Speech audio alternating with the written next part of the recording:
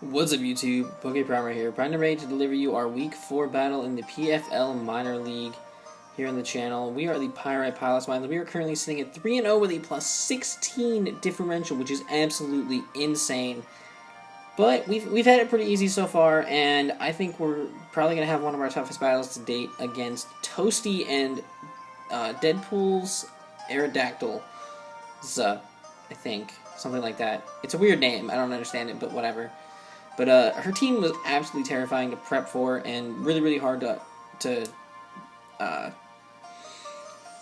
handle. I did make a few changes. I did decide that overall, even though Air Slash was only a 2-hit KO on him on top, I figured that Air Slash was a better option overall, just because it has more accuracy. So I did change that on Noivern. I also decided, instead of running the Babiri Berry on Florges, I really thought about it. I decided to myself that Durant was not coming.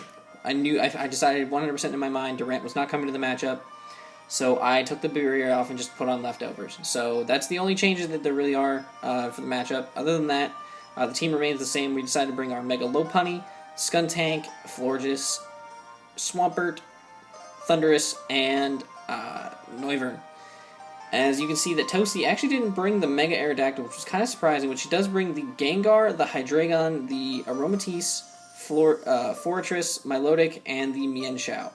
So without further ado, let's get this battle underway.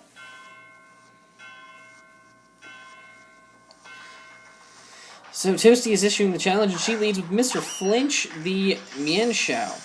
Now, you're going to see turn 1 here. I make the biggest mistake of my Pokemon battling career. Now, I was transitioning rooms, so I didn't have my calcs up, and I didn't have Mienshao's ability up. I've only ever played against Regenerator and Reckless. So I just simply Mega Evolve and just go for my Fake Out turn 1, like I always do. Right? Do a clean, like, 60% or 40%. And I realize immediately Mienshao gets Inner Focus, the High Jump Kick goes off, and Mega Lopunny goes down, and my heart sank. I was like, oh, this is how this battle's gonna go. We're gonna lose. But I try to hold on. I go to Thor and just go for a Psychic. I figured my safest play, and she just stays in and takes the Psychic, I guess. I don't know what she was thinking I was gonna do, but I guess she was just sacking it off. I guess the only reason she brought the Mienshao that way was to beat our Mega Lopunny, but she brings in the Fortress, as I do decide just to go for a Thunderbolt, which does bring it down to its Sturdy, I believe. And I didn't even bring it down to Sturdy. It just barely didn't kill it. But the red card does send me out and bring me into Boombat, our Noivern, here as Chlamydia the Fortress, which is a kind of interesting name, sets up these Stealth Rocks. She's going to switch out here, probably use this thing for Death Fodder later on, as she goes into Tink Queerbell, the Aromatisse, as I just simply go for an Air Slash. I'm just going to try to take it out, and I figure that's the best move to hit things neutrally. Does a decent amount of damage. I'm thinking at this point it might be slightly specially defensive, maybe. But I don't want to stay in here. Fairy types do not fare well for me. I go out into Pepe Le Pew, my Skuntank, as she is actually going to swap her Aromatisse out as well, and go out into the bane of my fucking existence, this goddamn Milotic. This Milotic is the biggest pain in the ass in the whole match, guys. You're going to notice that after a while. This thing is a pain in the ass. So I decide I'm going to swap out into Vermilion. Vermilion's going to take this hit very, very nicely with her ridiculous special defense stat, as Milotic does just go for a Scald. I'm sitting here praying not for a burn, and no burns are seen, so we're just getting a little bit of leftovers recovery here. Just fine. I think she's going to stand and go for another Scald, try to burn me, so I do, in fact, just go for a Synthesis here. And she does swap into her Gengar, so I do end up at full HP against this Gengar. Now, normally I would be packing Psyshock for this, but since I didn't find it necessary for this matchup, so I do not have the Psyshock, so yeah, so she decides she's going to swap her Gengar out again now, making the aggressive double, going out into the Hydreigon. As my Florges, I'm going to swap out into Pepe Le Pew, which actually, this isn't a terrible matchup for me. This isn't a terrible matchup. I didn't pack in the Play Rough, so I do just click Play Rough, as she decides to go for the U-turn with her Hydreigon, and does a decent amount of damage to Pepe Le Pew. It's kind of annoying that did so much damage, but, you know, whatever. So in comes the Milotic, and it's gonna take this player off insanely. It's physically defensive. I can guarantee at this point that it is physically defensive, because that does like literally nothing. It does literal like 0 damage. It's really depressing. Now I know I can take a hit from this thing, but I don't want to be burned because I do need the pursuit potentially for the Gengar. So I go into Thor. Now I can take an Ice Beam or a Scald after rocks. I know I can take either one. And she does go for the Ice Beam.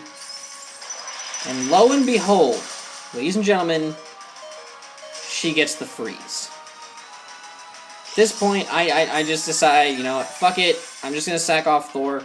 I feel bad because Thor is like an awesome Pokemon, but like it just keeps fucking up. And it's really depressing because Thor is just not doing what Thor is meant to be doing. It's really depressing. Because it's such a good mon, it doesn't have the chance to get itself going. So this Milotic is now the bane of my entire existence. And at this point, there's only one way I have to beat it. So I go out into Vermilion. I know I can take any hit from this thing. And I decide in my mind, I'm just going to start setting up Calm Minds on this thing. So it goes for the Scald. Scald number 1, or technically number 2 against us. No burn. Get Calm Mind number 1 up. So I'm feeling a little bit better. But I know I need at least 3 Calm Minds to be able to 2-shot this thing. I need 3. So obviously that's the goal.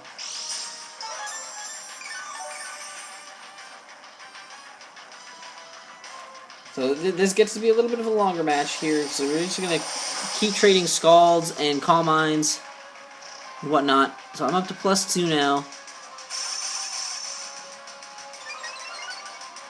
I'm just going to keep setting up. I'm just going to keep setting up. I kept telling myself, I'm not stopping. I'm not stopping the setup. It's going to happen. Even if Vermilion just takes out this thing, it's fine. So we got the third Scald now. No burns. I am just going to go for a Synthesis. I figured it was a good point to go for. Even if I did get the burn, I'd still be up pretty decent my HP, and I'd be able to keep setting up properly. Now, I see I go first this time, and I'm like, what the hell is going on? You know, now that I'm getting it to +3. The Milotic went for the Mirror Coat. As you can see, the Mirror Coat right there. So now I know she has Mirror Coat. So I'm like, alright, fine. Well, if you're going to start going for Mirror Coats, I'm just going to keep setting up Calm Minds. I'm going to go to +6. I need to make sure that I can one-shot this thing with a Moonblast. So I just keep setting up. I'm just going to keep clicking Calm Mind. She goes for another Ice Beam. Probably trying to get a freeze on me, which would have been really asshole-ish. But she doesn't get it, which is great, as I am able to get up my 5th Calm Mind. And now Florges is looking 1,000% more terrifying to her team.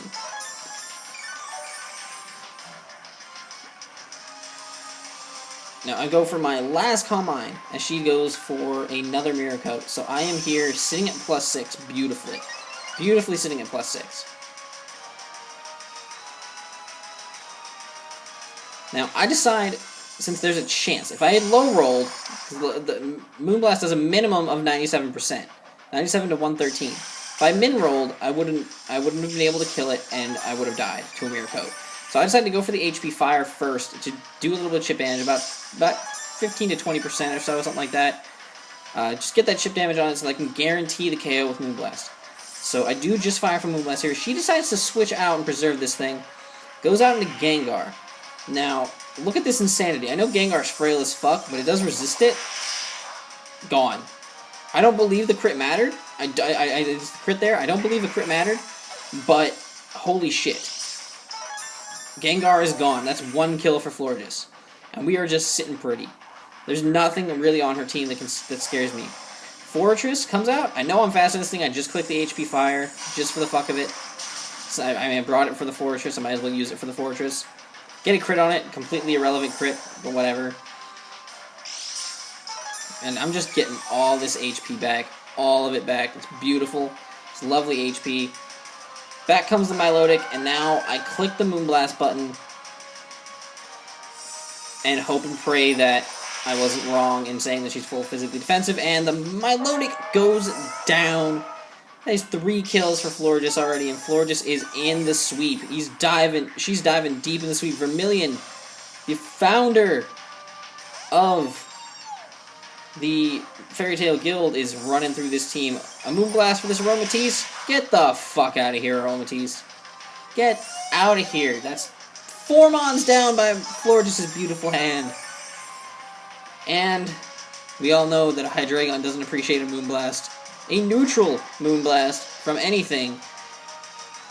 So this thing's going to come in here, fire off an Earth Power, do literal nothing, and we're going to fire off this last Moonblast to clinch the victory.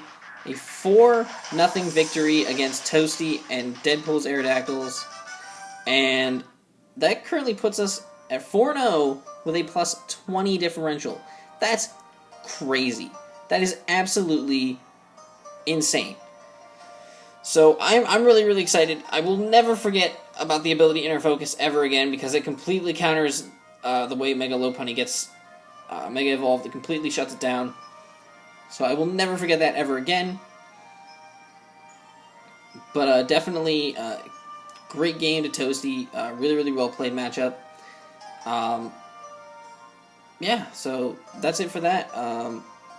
Next week, we take on Adam and the Palm Coast Pidgeots, with obviously Mega Pidgeot as his Mega. So it's going to be an interesting matchup, to say the least. I'm kind of excited for it, so we'll see what goes down there. But until then, guys, I'm going to get out of here. I'm PokePrimer, signing off.